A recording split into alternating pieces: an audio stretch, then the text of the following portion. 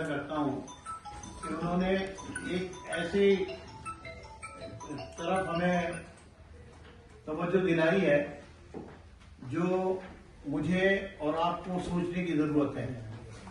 جیسے ہمارے vice president صاحب نے عرض کیا کہ حالات خراب بھی ہوتے ہیں، اچھے بھی ہوتے ہیں، لیکن لوگ اپنے گھر کو نہیں چھوڑتے، لوگ اپنے گھر کی بے عزتی کو برداشت نہیں کرتے. آج میرے اوپر، آپ کے اوپر، سب کے اوپر یہ ذمہ داری عائد ہوتی ہے بحیثیت پاکستانی کے کہ کتنی بھی مشکل ہو لیکن اس کے پرچم کو کبھی سرنگو نہ ہونے دیجیے. اور مجرم ہے اپنے بچوں کی، لیکن آپ نے ہمیں اس جرم سے محفوظ کرنے کی کوشش کی ہے. اللہ کرے کہ ہم اور آپ کا ہاتھ بن سکیں اور اس ملک کے پرچم کو بلند کر سکیں. میں آپ کا دلی